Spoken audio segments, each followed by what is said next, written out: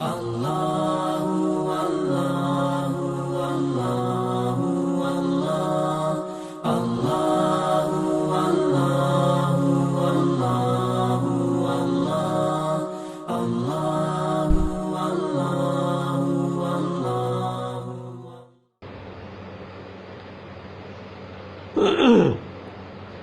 لله وكفى وسلام على عباده الذين اصطفى أما بعد فأعوذ بالله من الشيطان الرجيم بسم الله الرحمن الرحيم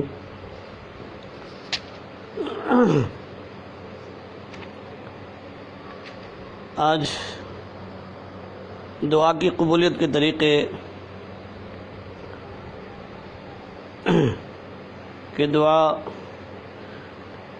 کن کن کی اور کب قبول ہوتی ہے، اور قرآن مجید کے اندر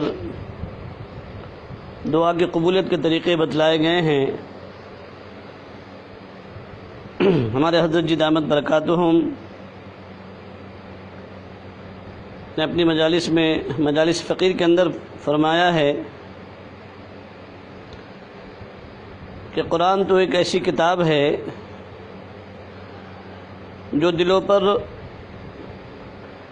اثرات مرتب کرتی ہے، دلوں کو نرم کرتی ہے، اور قرآن مجید پڑھنے سے سمجھنے اور عمل کرنے کے لیے ہی نازل ہوا ہے۔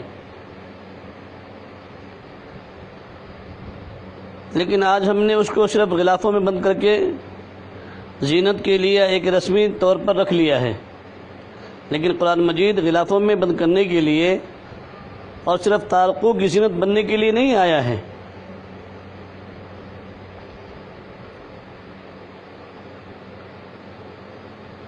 ایسا نہیں ہے کہ دریاؤں کے لیے کوئی راستہ نہیں بناتا، بلکہ دریا خود ہی اپنا راستہ بنا لیتا ہے۔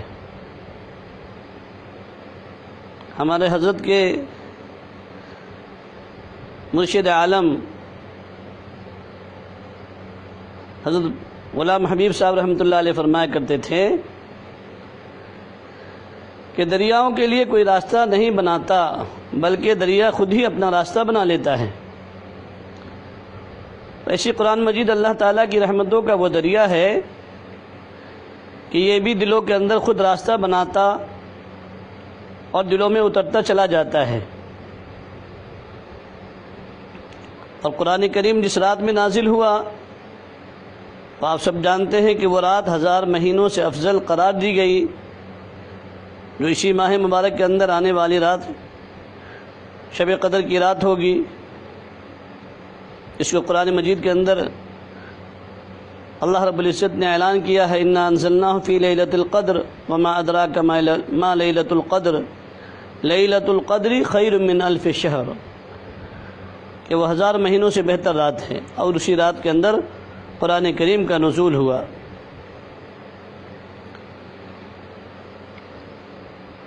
تو ہمیں سوچنا چاہیے کہ قرآن مجید کا کتنا بڑا مرتبہ ہے، کتنا بڑا مقام ہے۔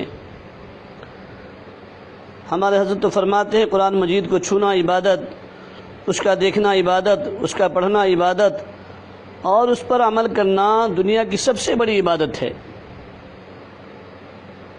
کوئی بندہ ایسا نہیں ہوگا کہ اسے دوست کا خط ملے اور وہ اسے اٹھا کر الماری میں رکھ دیں۔ ایسا آپ نے دیکھا کسی کو، یا کبھی ہم نے اور آپ نے کیا ہے کہ کسی دوست کا خط آئے یا کسی دوست کا میسج آئے اور ہم اسے اس وقت میں نہیں پڑھتے؟ خط آئے تو اس کو اٹھا کر الماری میں رکھ دیتے ہیں، ایسا کبھی نہیں ہوتا، بلکہ وہ اسے پڑھتا ہے، پھر اس کے مطابق وہ کام کرتا ہے۔ تو کیا دوستو قرآن کریم کی اتنی بھی اہمیت نہیں ہے کہ اس کو پڑھا جائے اور اس کے مطابق عمل کیا جائے؟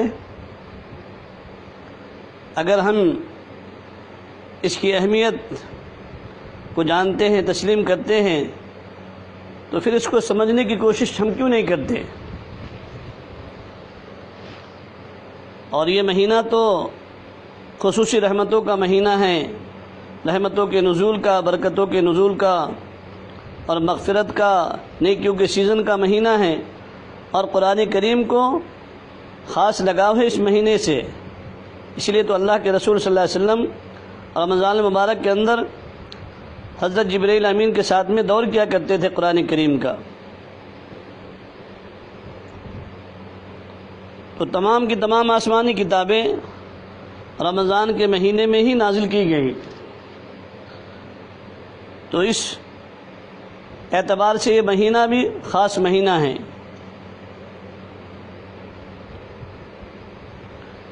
ایک حدیث میں فرمایا کہ رمضان کے پہلے 10 دن اللہ تعالیٰ کی رحمت کے ہیں، اور دوسرے 10 دن مغفرت کے ہیں، اور آخری 10 دن جہنم کی آگ سے آزادی کے ہیں۔ اللہ تعالیٰ نے سال میں یہ ایسا مہینہ بنا دیا کہ اگر اس مہینے میں بندے اپنی زندگی بھر کے گناہوں کو بخشوانا چاہے تو بخشوا سکتے ہیں۔ اللہ تعالیٰ بندوں کے گناہوں کو اپنی رحمت کے پانی سے دھو ڈالتے ہیں۔ معافی مانگنا بندے کا کام ہے، اس کو قبول کرنا اللہ رب العزت کا کام ہے۔ انسان خواہ کتنا ہی گنہگار کیوں نہ ہو، لیکن جب وہ سچے دل سے توبہ کر لیتا ہے تو اللہ رب العزت اسے اپنی رحمت کی چادر سے ڈھانپ لیتے ہیں۔ انسان گناہ پہ گناہ کرتا چلا جاتا ہے، بظاہر وہ کسی کی نہیں سنتا، مگر اس کے اندر کا انسان، اس کا جو ضمیر ہے وہ اسے جھنجھوڑتا ہے، اسے ملامت کرتا ہے، اور یہی اندر کا انسان آخر اسے معافی کا راستہ دکھا دیتا ہے۔ اس لیے کہ جو ایمانی جذبہ ہوتا ہے انسان کے اندر، جو اس کا ضمیر ہوتا ہے، تو اس کو جھنجھوڑتا ہے اور اسے ندامت اور اسے ملامت کرتا رہتا ہے۔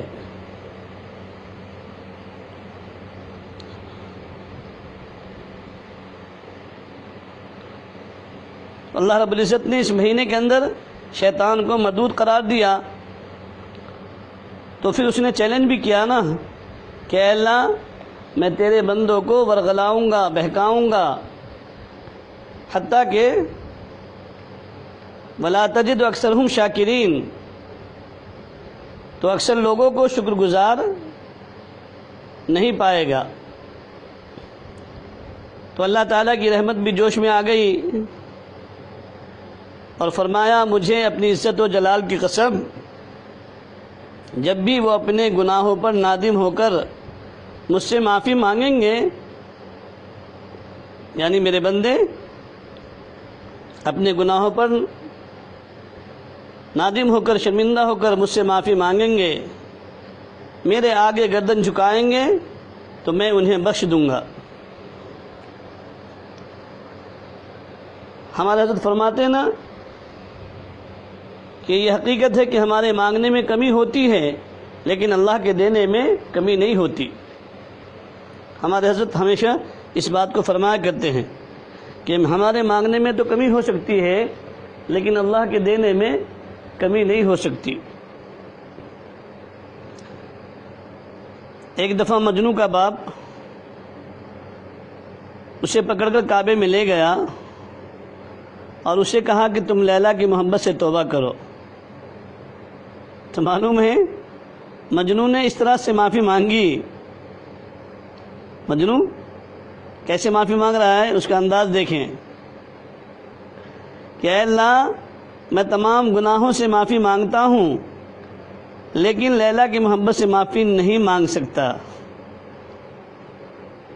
سن رہے نا آپ حضرات مجنوں کے معافی مانگنے کا طریقہ؟ یعنی مجنوں کا باپ پکڑ کر کعبے میں لے گیا اور اسے کہا کہ تم لیلا کی محبت سے توبہ کرو۔ تو مجنوں کہہ رہا ہے کہ اللہ میں گناہوں سے معافی مانگتا ہوں لیکن لیلا کی محبت سے معافی نہیں مانگ سکتا۔ اسی طرح ہم لوگ نامحرموں کی نفسانی محبت اور دنیا پرستی کی محبت سے توبہ نہیں کرتے۔ آج ہمارا بھی یہی حال ہے کہ ہم سب سے توبہ تو کر لیتے ہیں لیکن نفسانی خواہشات سے اور دنیا پرستی سے، دنیا کی محبت سے ہم توبہ نہیں کرتے اور اللہ کی محبت چاہتے ہیں، تو یہ کیسے ہو سکتا ہے؟ جب تک ہمارے دل اس نفسانی محبت کی بیماری سے پاک نہیں ہوں گے نا، اس وقت تک کہ ان میں اللہ کی محبت پیدا نہیں ہو سکتی۔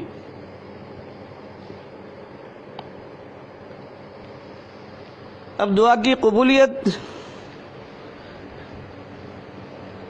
کب ہوتی ہے؟ دعا قبول کب ہوتی ہے؟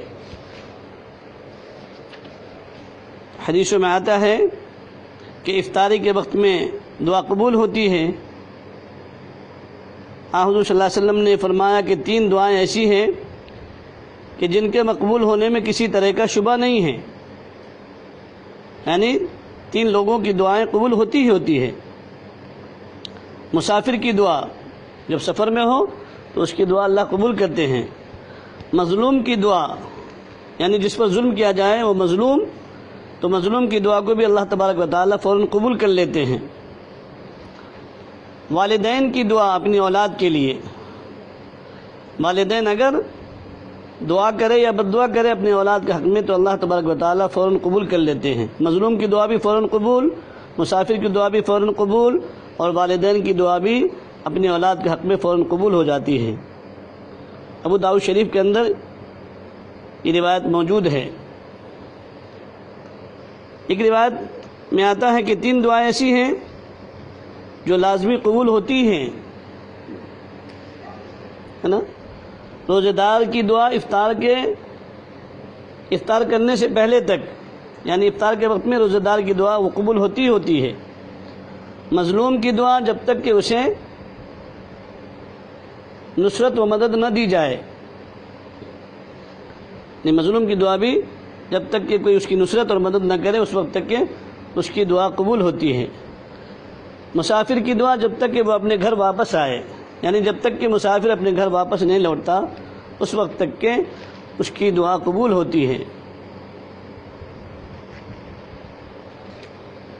اور ایک حدیث میں ہے کہ 2 دعائیں ایسی ہیں کہ ان میں اللہ تک پہنچنے میں کوئی حجاب نہیں، کہ ان میں اور اللہ تک پہنچنے میں کوئی حجاب نہیں، یعنی اس بندے میں اور اللہ میں، اللہ تک پہنچنے میں کوئی پردہ نہیں ہے، کوئی حجاب نہیں ہے۔ اور وہ کون ہے؟ مظلوم کی دعا۔ دیکھیں بار بار مظلوم کی دعا کے بارے میں روایتوں میں یہ چیز آئی ہے کہ مظلوم کی دعا اللہ تعالیٰ قبول کرتے ہی ہیں۔ تو مظلوم کی دعا بھی اللہ تعالیٰ، بندے اور اللہ کے درمیان میں کوئی پردہ نہیں ہوتا، فوراً اس کی دعا قبول کر لیتے ہیں۔ کسی مسلمان کی اپنے بھائی کے پیٹھ پیچھے دعا، یعنی جب کوئی ایک انسان اپنے کسی بھائی کے پیٹھ پیچھے دعا کرتا ہے تو اللہ تبارک و تعالیٰ ایسے بندے کی دعا کو بھی فوراً قبول کر لیتے ہیں۔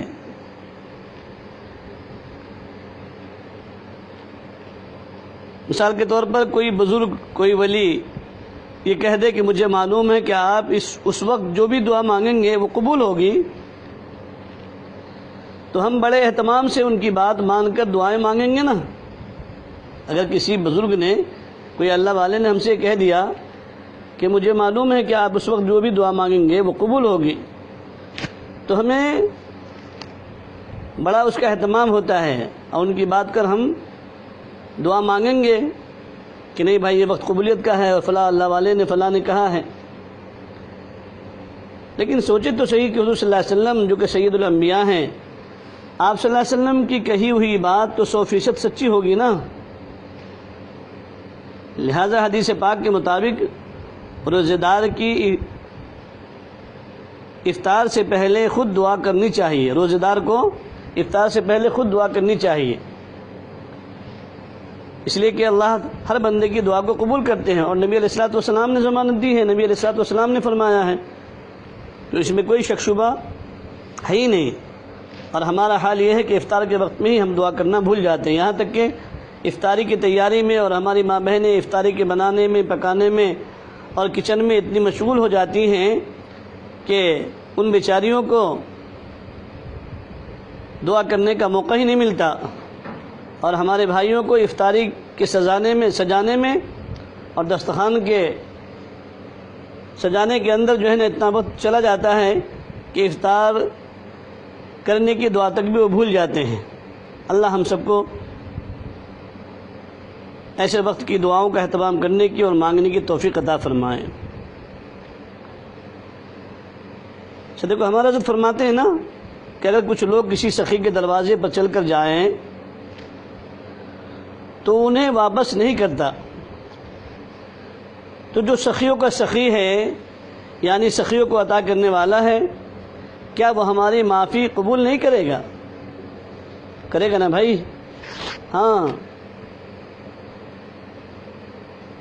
اگر کچھ لوگ چند ساتھی مل کر کسی مالدار کے کسی سخی کے دروازے پر چل کر جائیں تو وہ انسان بھی اپنی سخاوت کی اور اپنے بڑے پن کی لاج رکھ لیتا ہے، خالی ہاتھ واپس نہیں کرتا۔ تو اللہ رب العزت تو سخیوں کے سخی ہیں، جو سخیوں کو عطا کرنے والے ہیں، وہ ہماری معافی بھی قبول کریں گے، ہماری دعائیں بھی قبول کریں گے۔ ہمارے حضرت فرماتے ہیں نا ایک شعر کے اندر، نہ کہیں جہاں میں اما ملی جو اما ملی تو کہاں ملی، نہ کہیں جہاں میں اما ملی جو اما ملی تو کہاں ملی، میرے جرم خانہ خراب کو تیرے عفو بندہ نواز میں۔ دنیا دار کے لیے کسی کو اپنے در سے خالی واپس کرنا مشکل ہو سکتا ہے، مگر اللہ رب العزت کے لیے تمام انسانوں کو معاف کر دینا کوئی مشکل نہیں ہے نا؟ وما ذلک علی اللہ بعزیز، اللہ کے لیے یہ چیز کوئی مشکل نہیں ہے۔ ایک بزرگ کا واقعہ ہمارے حضرت سناتے ہیں کہ جب وہ مجمع میں دعا مانگا کرتے تھے تو فرماتے تھے کہ دعا منظور ہو گئی۔ کسی نے کہا حضرت آپ کیسے تسلی دلوا سکتے ہیں کہ دعا قبول ہوئی یا نہیں؟ تو انہوں نے پوچھا کہ بتاؤ، اگر اتنے لوگ کسی دنیا دار کے دروازے پر جا کر ایک پیسہ مانگے تو کیا وہ دنیا کا مالدار اسے دے گا یا انکار کرے گا؟ لوگوں نے کہا کہ ضرور دے گا۔ تو فرمایا کہ اتنے لوگ جو مل کر معافی مانگ رہے ہیں، یہ تو اللہ تعالیٰ کے لیے کسی آدمی کے 4 آنے دینے سے بھی آسان ہے۔ اللہ سے اللہ ہی کو مانگے، اللہ سے اللہ ہی کو مانگیے، زر مانگیے، زن مانگیے، زمین مانگیے، کاروبار مانگیے، جو کچھ مانگنا ہے اللہ سے مانگیے، واقعتاً اللہ خالی ہاتھ واپس نہیں لوٹائے گا۔ اس کے خزانے میں کوئی کمی نہیں ہے، اس کے خزانے لامحدود ہیں۔ جب ایک دنیا کا سخی اور دنیا کا مالدار چند آنے والے لوگوں کی وہ لاج رکھتا ہے، خالی ہاتھ واپس نہیں لوٹاتا، تو جو مشکل کشا ہے، جو حاجت روا ہے اور جو معاف کرنے ہی کے لیے بیٹھا ہے، جو دینے ہی کے لیے بیٹھا ہے، وہ کیسے خالی ہاتھ واپس لوٹائے گا؟ اس لیے دوستو، یہ مہینہ مانگنے کا مہینہ ہے، یہ مہینہ اپنے آپ کو معافی کروانے کا مہینہ ہے، گناہوں سے توبہ کرنے کا مہینہ ہے۔ اس لیے جو مانگنا ہے اللہ سے مانگ لیجئے، ہے نا؟ مال مانگیے، بیوی مانگیے، زمین جائیداد مانگیے، پیسے مانگیے، کاروبار مانگیے، جو بھی مانگنا ہے، صحت مانگیے، عزت مانگیے، نیک صالح اولاد مانگیے، بخشش مانگیے، رحمت مانگیے، مغفرت مانگیے، جو مانگنا ہے مانگیے۔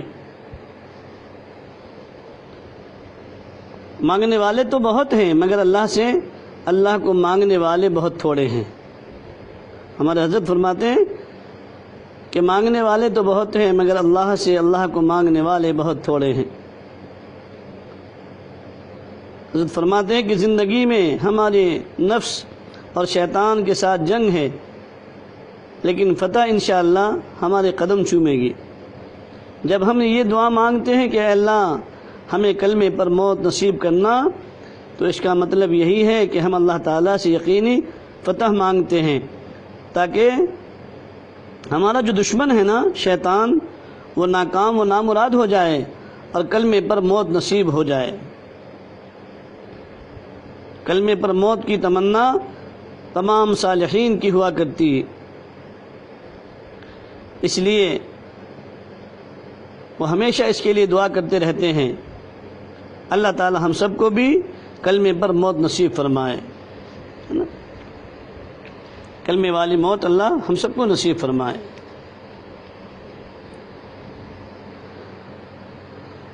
ہمارا حضرت ایک اور بات فرماتے ہیں کہ اپنی انفرادی اور اجتماعی زندگی میں کامیابی کے لیے دعائیں مانگنی چاہیے۔ جب ہم دعائیں مانگیں گے کامیابی کے لیے تو انشاءاللہ اللہ تعالی ہماری ایسی مدد فرمائیں گے نا کہ ہم دنیا و آخرت میں کامیاب ہو جائیں گے۔ اس کے لیے ضروری ہے کہ ہم بدر والا ایمان پیدا کریں،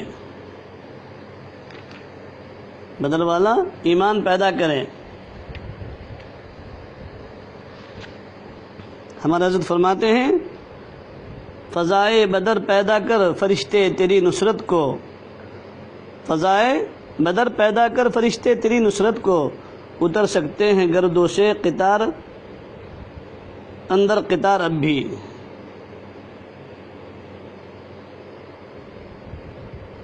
موت سے پہلے توبہ کر لیں، آج بھی حالت بدل سکتی ہے۔ بلکہ کتابوں میں لکھا ہے کہ اللہ تعالیٰ انسان کی برائیوں کو معاف کرنے پر آتا ہے تو انہیں نیکیوں میں تبدیل فرما دیتا ہے۔ اس لیے نا امید نہیں ہونا چاہیے، اور نا امیدی شریعت میں کفر ہے۔ اللہ تعالیٰ نے قرآن پاک میں فرما دیا لا تقنطوا من رحمت اللہ، اللہ کی رحمت سے مایوس نہ ہونا، جیسی نیت ہوتی ہے ویسے ہی مراد مل جاتی ہے۔ ایک حدیث مبارکہ کا مفہوم ہے کہ اگر انسان کے گناہ زمین کے ذرات، درختوں کے پتوں اور آسمان کے ستاروں کے برابر ہوں، پھر بھی اللہ تعالیٰ اس کے گناہوں کو معاف فرما دیں گے۔ اللہ تعالیٰ تو اپنے بندوں کو اپنی طرف بلاتے ہیں، اے بندے اگر تو 100 دفعہ توبہ کر کے توڑ دے پھر بھی آ جا، میرا در تو کھلا ہوا ہے، میں تجھے معاف کر دوں گا۔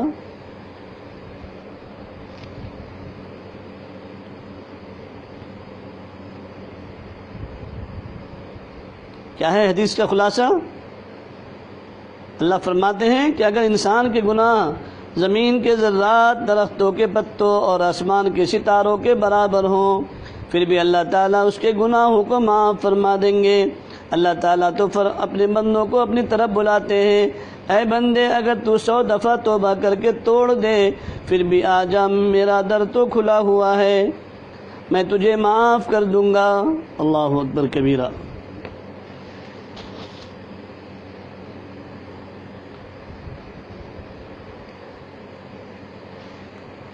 طاقتور ایمان اور کمزور ایمان،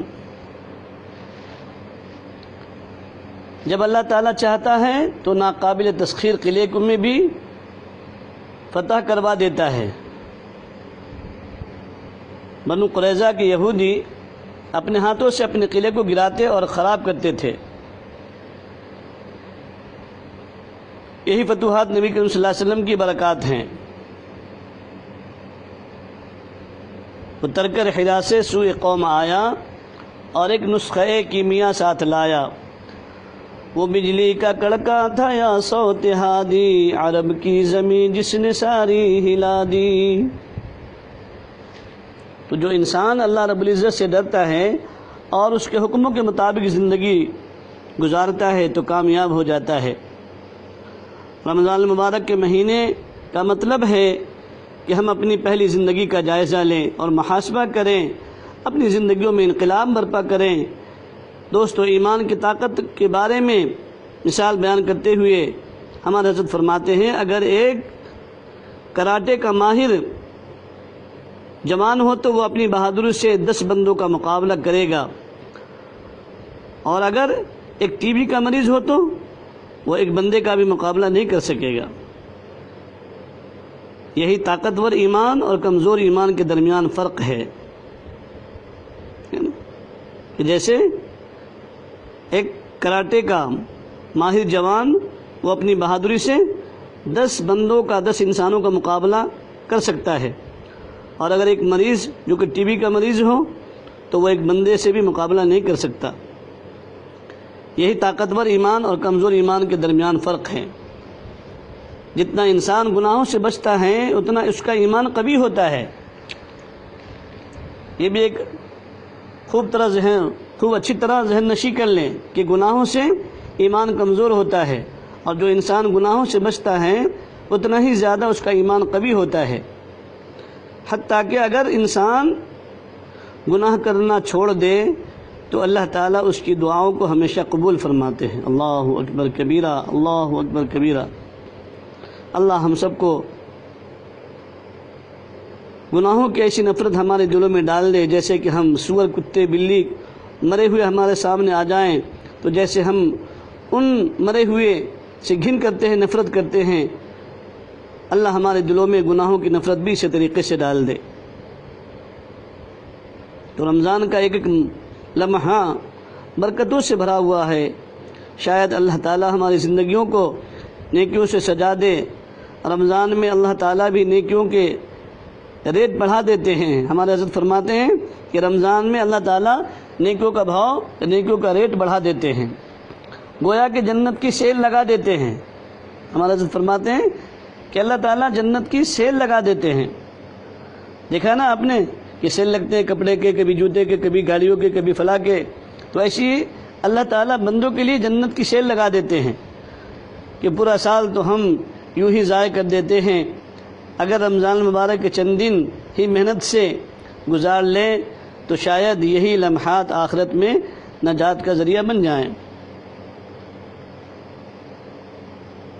اور رمضان اسی لیے آتا ہے کہ انسان سچے دل سے توبہ کر لے، اپنی گزشتہ زندگی پر نادم ہو کر رو لے، گڑ گڑا لے، اپنا محاسبہ کرے اور آئندہ نیکی اور پرہیزگاری کی زندگی کے لیے دعائیں مانگے، عزم مصمم کر لے کہ اے اللہ آئندہ کی زندگی کو ہم بہتر بنانے کی آپ سے توفیق مانگتے ہیں، اللہ ہمیں تقوی دے دیجئے، اللہ ہماری زندگی کو طہارت والی، تقوی والی بنا دیجئے، اللہ ہم بہت پریشان ہو چکے ہیں، اللہ گناہ کرتے کرتے ہم تھک گئے، اللہ اب گناہ سے ہمیں نفرت ہو رہی ہے، اور اللہ ہمیں آپ گناہ سے بچا لیجئے، اللہ ہم گناہ سے نہیں بچ سکتے مگر آپ کی توفیق سے، تو اے اللہ آپ اپنی توفیق سے ہمیں گناہوں سے بچا لیجئے، گناہوں کے دلدل سے ہمیں کھینچ لیجئے اپنی رحمت کی رسی ڈال کر کہ اللہ ہم کو گناہوں کے دلدل سے نکال لیجئے۔